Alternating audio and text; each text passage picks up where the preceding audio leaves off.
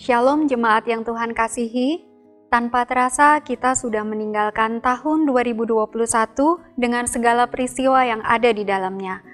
Tahun 2021 kita lewati masih dalam situasi pandemik. Beberapa di antara kita sempat bersentuhan dengan COVID-19, baik secara pribadi maupun orang-orang terdekat kita. Suka, duka, sehat, sakit, semuanya bisa kita lalui. Hingga saat ini kita bisa tiba di tahun yang baru, tahun 2022.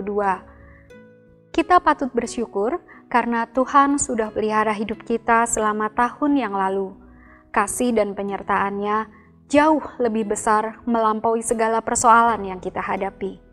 Di awal tahun yang baru ini, kita akan mendengarkan refleksi dari para gembala GKI Bekasi Timur atas apa yang sudah dilewati selama tahun 2021 dan juga harapan untuk tahun yang baru ini.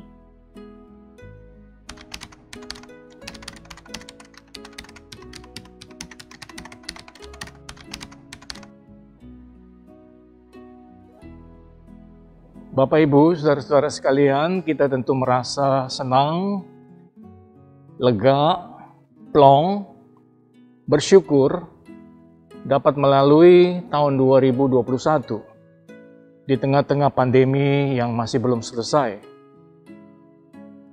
Kita yakin penuh bahwa Tuhan Allah beserta kita. Dia menuntun kita melewati lembah kekelaman, seperti diungkapkan dalam Mazmur 23. Dia menyertai kita dengan tongkat dan gadanya untuk menghadapi berbagai tantangan lawan musuh-musuh kita. Dia menaungi, menyertai kita umat-Nya.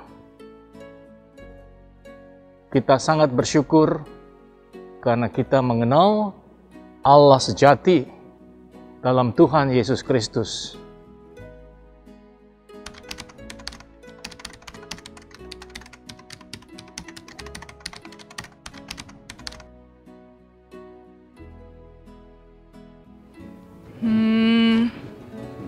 Pengalaman bersama jemaat selama mengalami pandemi itu yang paling terasa adalah jemaat Bekasi Timur sangat adaptif, sangat mau bekerja sama. Oke, terutama pada awal-awal pandemi ketika kebaktian diliburkan dan nyaris semua kegiatan diliburkan, pasti ada yang protes, ada yang sebel, ada yang mempertanyakan tentang iman gereja.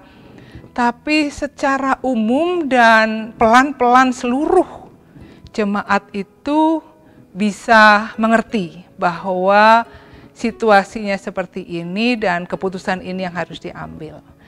Dan kemampuan adaptasi GKI Bekasi Timur itu menjadi istimewa karena kita sama-sama meyakini keterlibatan Tuhan dalam pengalaman COVID-19 ini, sehingga nggak bisa hanya majelis jemaat yang harus begini, harus begitu, tetapi jemaat juga mau bekerja sama, mau mengikuti arahan, mau memberi masukan, mau ikut repot mengerjakan ini itu, sehingga puji Tuhan. Sekalipun pandemi masih berlangsung, kita sebagai gereja bisa melaluinya, menjalaninya bersama-sama dengan baik. Salut untuk jemaat GKI Bekasi Timur.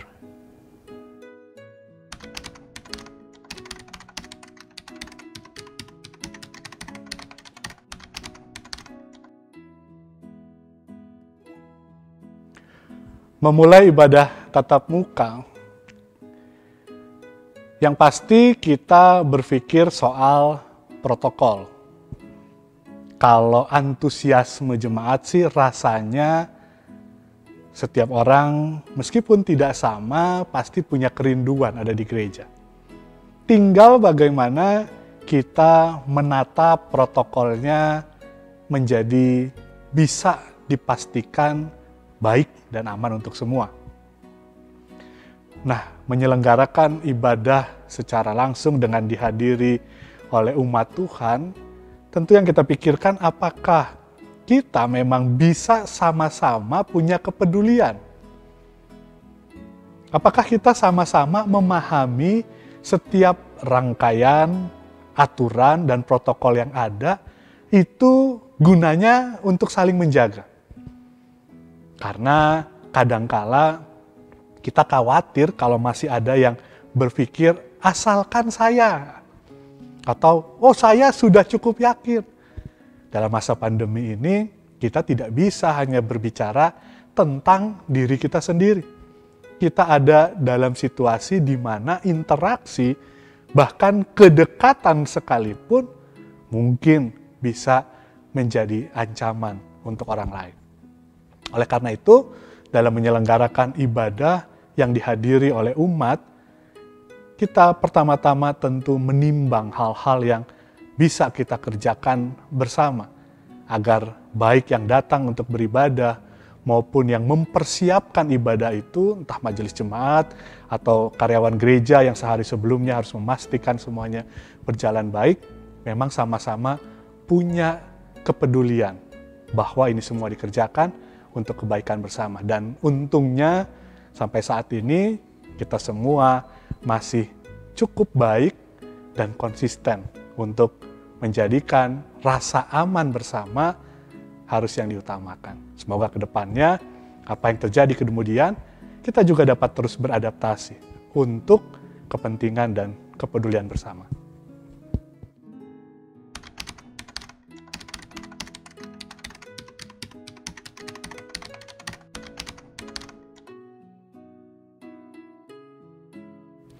Pandemi adalah sesuatu yang tidak bisa kita hindari saat ini.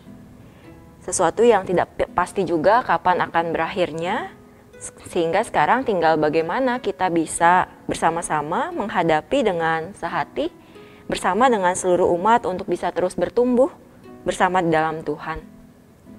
Pendeta tidak bisa sendirian melayani, melainkan bersama-sama dengan penatua, juga aktivis, dan yang lainnya berusaha untuk tetap menjaga kehidupan persekutuan, kesaksian, dan pelayanan.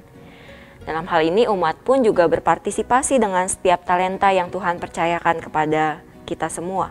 Bahkan dari setiap masukan pun juga bisa jadi hal yang berharga untuk perkembangan gereja Tuhan.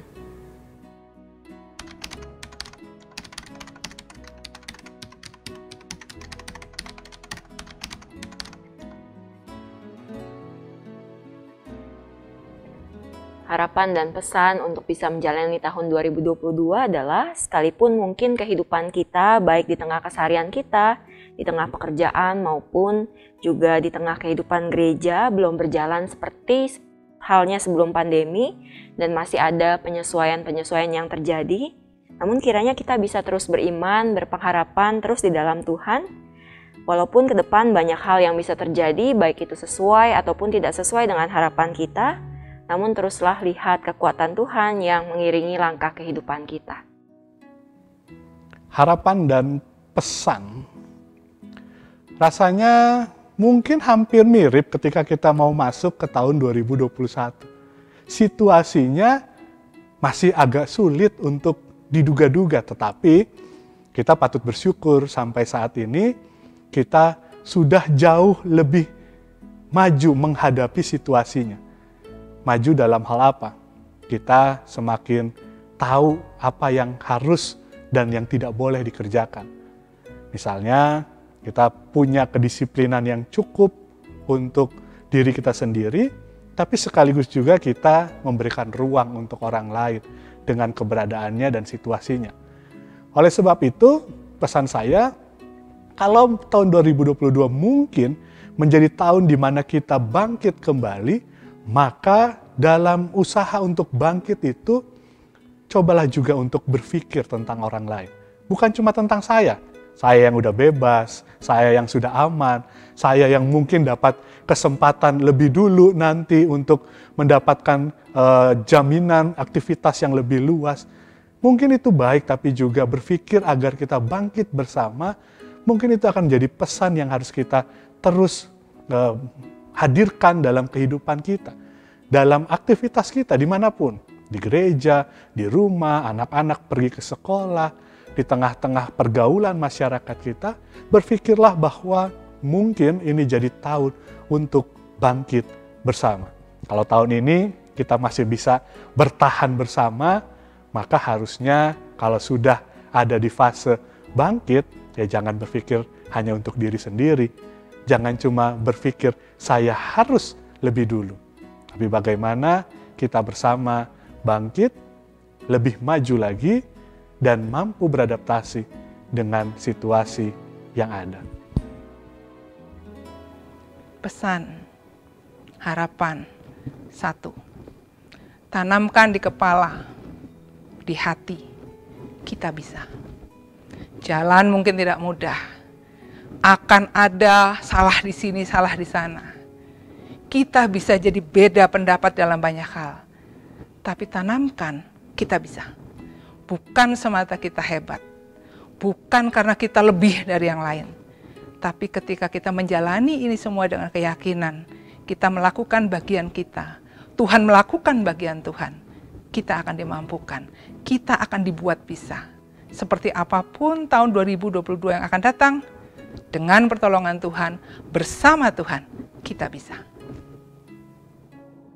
Kita tentu tidak boleh lengah, tidak boleh lalai, tidak boleh cuek untuk melalui tahun yang akan datang. Kita tidak boleh berputus asa, kita harus terus berpengharapan di dalam Tuhan. Apa artinya berpengharapan dalam Tuhan?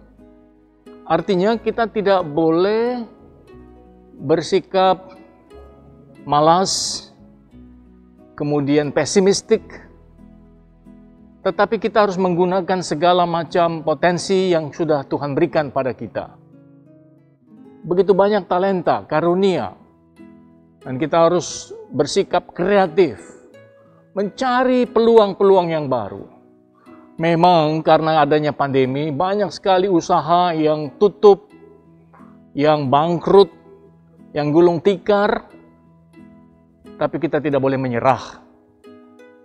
Yang baru boleh kita lakukan adalah berserah. Ada perbedaan besar antara berserah dan menyerah. Menyerah itu artinya give up. Artinya kita sudah kalah sebelum berperang. Kita harus terus mencoba, dan mencoba. Pasti ada kesempatan yang Tuhan berikan. Seperti yang dikatakan oleh sebuah pepatah, kalau Tuhan menutup pintu, maka pasti Dia membuka jendela. Semoga kita pun bisa memasuki tahun 2022 dengan semangat dan pengharapan yang baru di dalam Tuhan kita. Tuhan menyertai kita semua. Burung tekukur hinggap di batu. Burung dara terbang ke hutan. Kita sudah melewati tahun 2021. Semuanya berkat pertolongan Tuhan.